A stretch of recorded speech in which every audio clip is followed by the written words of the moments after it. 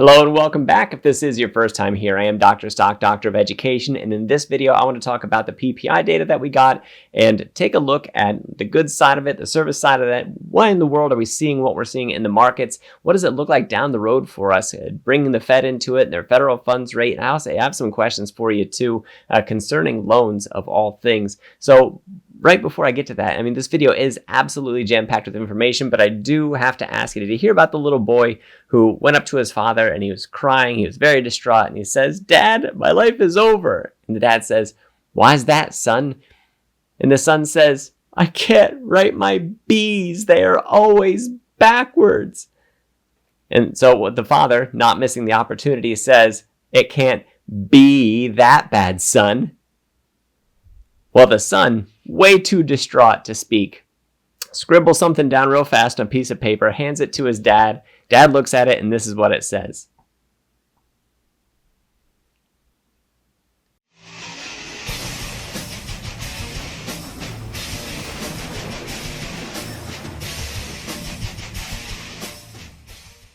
All right, as you can see, I am quite proud of that one. That is a Dr. Stock original dad joke, and it is so absolutely horrible. It makes me feel just so good to tell it here on YouTube to hundreds, hopefully thousands of people watch this video, and definitely share that around. If we see that pop up on social media, we have the timestamp video that it absolutely happened here first. No one else has that skill to tell the jokes that badly, but I'll tell you what, it's not even my worst one. My daughters could actually tell you what the worst one is. I'm saving that one for a special day. Let's move on to the video itself and its content. So in this video, we'll be showing you the Moo app when I get over to the markets, and I will tell you later how you can get up to 16 free stocks using my link that's down in the description.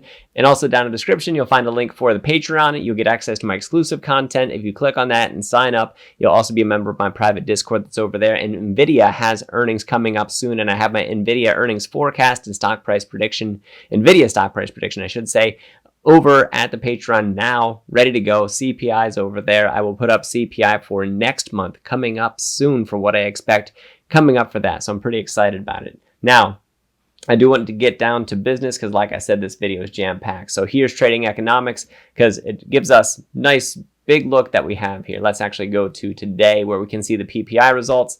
There we go, 0.3% for month over month, which doesn't sound too bad. Even for core, it was still 0.3% month over month, 0.8% for the year. And then when we look at core PPI, 2.4%, which is actually right where we need to be. Well, the market, why didn't the market like that so much? Part of it is that it was expectation. It was already expected. The market already had some sort of movement going. And honestly, if we would have gotten something astoundingly positive, I think it would have been enough upward pressure on the markets to actually move them upward. However, it was just kind of middle of the road. And so that's really the results that we see, is that we don't see that significant upward pressure because what we expected was already baked in. And over here is the producer price index, and I'll scroll back so you can see this, and you can see the sort of charts that they provide us in here. And when you scroll down to the table that they give, we actually get some numbers that are actually pretty reasonable. And when we look at final demand goods, foods were up 0.5% for the month, which annualizes out to 6% for the year. And then when we look at final demand services, that also averages out to 6% for the year. And trade was at 0.7, which annualizes out to 8.4% for the year. Blah, blah, blah, numbers. Okay, so what does that look like? I think there's some better charts for looking at that. So let me bring this up here for you. So this is a chart of what final demand has been doing, seasonally adjusted. Now, mind you, the not seasonally adjusted looks pretty much the same, but a little bit bumpier. But the shape is generally the same as what we have here. You can see this is what you want to pay attention to here is the overall slant. And if you put a straight line on there, like imagine you had a straight ruler and just had to set it on the chart, that's what we're looking for, is that same level of steepness. Look what it's done. We had a massive run, fine, but look what we've done. You can actually see June of 2022 is the end point for where we had that steep rise, and every month that we had like following that was referring back to this steep climb. So we had big numbers but getting shallower all the time, and now we're referring back to these flat parts. So these year over year numbers that we get aren't going to be huge as long as we stay on trend, and sitting flat can actually be good in the near term. Now, why does it look so flat? If we move over from there to final demand goods, because this is made up of goods and services, look at the trend for goods. That's even better. Goods have actually come down in price. So that is absolutely wonderful to see those producer prices come down. That is good for us, at least in the short term. Too much of it, like we have here in 2020, you can see that steep sort of recession that we get. We don't want to go to the point of deflation. It sounds good. We want deflation that might come through innovation. We don't want deflation that comes from economic weakness or consumer weakness. That means recession. So just be on the lookout for that. Now, if we go to services, here's the balance. Services did not pull back. Between the two of them, they're pretty much flat, but services is pulling up just a little harder, and you can see that it's steeper than it was prior to the pandemic. So the steep rise we have, it's now leveled off, and I was talking about my video yesterday. If you watched it, we have that concave down look, which means that we are still decreasing in our rate. Now, if I can zoom in here for you a little bit, actually, I can make this a little bit larger right off the bat. And then I can also do this. You can see that just that little flip up, that doesn't really mean a whole lot at this point in time. We're looking at overall shape. There you had a bit of a bump up from February to March of 2022, then it flattened out again. So that's possible that that happens. I do want to say, like when we look at these on a rate basis, so let me go here and turn this into month over month for you. And you can see what we've been on. We've actually been on trend going all the way back to July of 2022. So this is a full year of pretty much being on trend. Goods are coming down, but they will level out eventually. This is right now that we're looking at is the combination of goods and services. Mind you, goods is about 2.2 times goods is the weight of services. So basically, if you put them on a scale, the goods index weight is about half as much as the services index weight. So we get hot service numbers and cold, like equally cold goods numbers for final demand. It actually sits like this because the services are just heavier. So 0.5 from one versus like 0.2 from the other. That 0.5 is going to drag a little bit more on that number.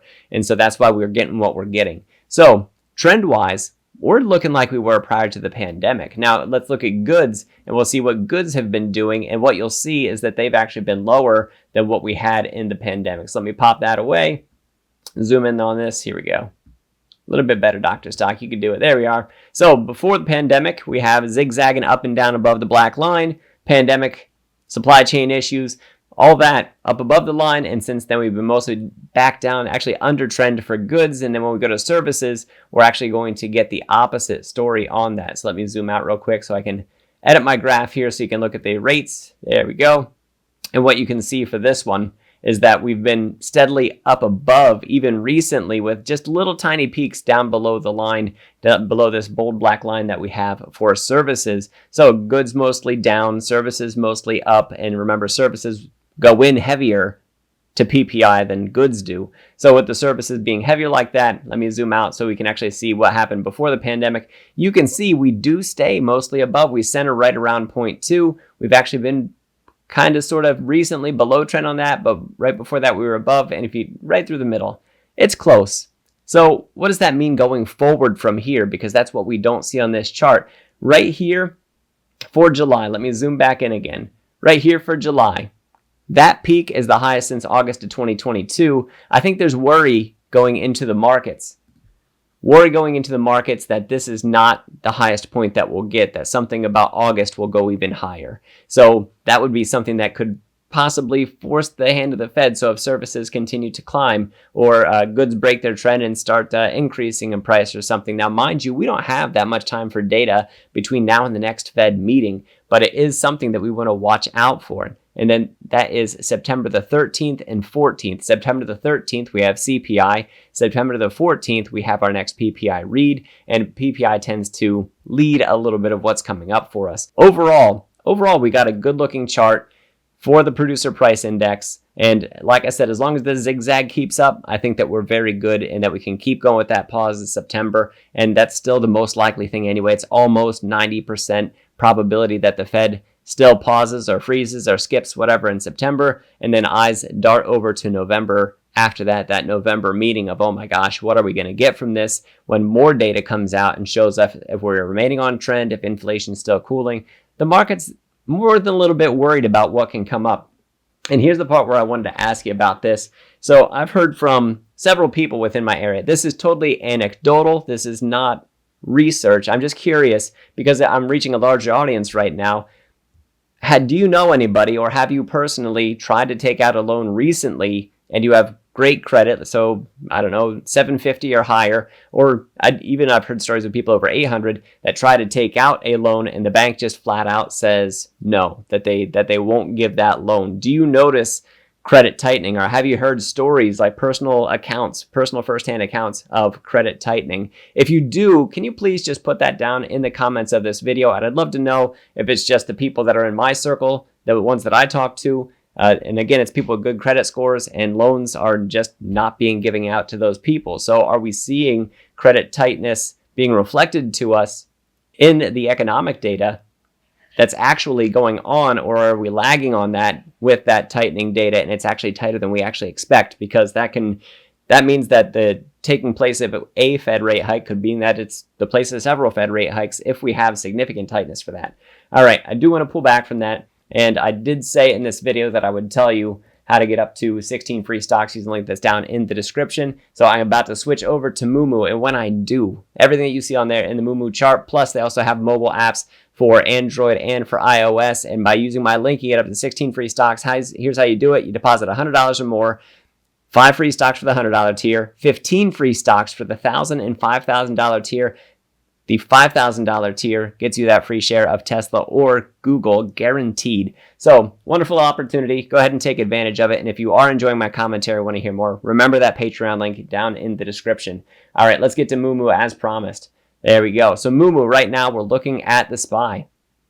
Here we go. On the SPY, we actually almost came down to the 50-day, and then we recovered a little bit from that low, and right now we're green candling it. However, we are still down a little bit for the day. The SPY, the Qs are going to look very similar to this, and what I'm thinking is possibly, and we're going to have to find out if this works out or not, that we still get that cup and handle play where we come back up and we retest this peak right here and possibly exceed it, and we start to try out that 465, 468 like we had before, and then possibly get some weakness after that. It is possible that that never happens, that we keep on dropping. Right now, the SPY is holding on to its 50-day. Let's go over to the Qs, which tracks the NASDAQ 100, and you can see on this one that we've just slightly broken down below the 50-day, and that support being broken, I wouldn't call it solidly broken. That could be just a little bit of a peekaboo for us, and then next week we could most definitely recover. So it doesn't mean that we got to go Chicken Little, say that the sky is falling, and that we get a 10 to 15% correction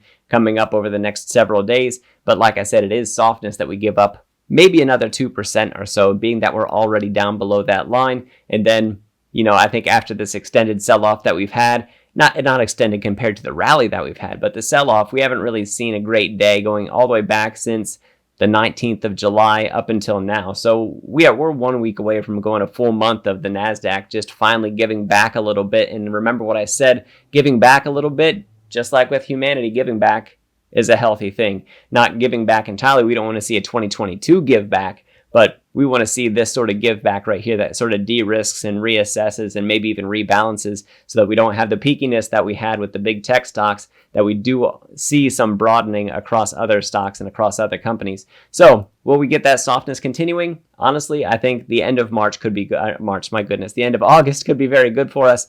September really makes me worry, especially with the CPI and PPI. I think there are even heavier weights put on those because they're the last ones prior to the Fed meeting, and being really hesitant based on what we see coming up for the Fed, especially if we do have a strong rally in the markets and watching date of jobs end up continuing to look tight, and we don't see that loosening take place. Anything to give relief off of further Fed rate hikes is going to be good and upward pressure on the markets. Anything that encourages further rate hiking is going to be bad, at least for markets here. So up to the CME Fed Watch tool.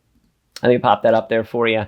And September 20th is the date that we find out if we get a rate hike or a pause, which I'm still counting on pauses. I don't see any further rate hikes from here. We would have to see inflation resurge, which I think is some of the worry that we're seeing in the markets, in order to have that happen. Right now, slightly more of a chance that we get a rate hike than there was yesterday. However, it's still close to 90% that we don't for September. And then we go out to November from there. Now, each of these probabilities for rate hiking have increased since yesterday. So as a matter of fact, it's 6% more likely that we see a 25 basis point hike by November, 3.2%. That was 2.4% yesterday. So 33% more likely than it was. It was at 2.4. A third of that is 0.8. Stack that on top, 3.2%.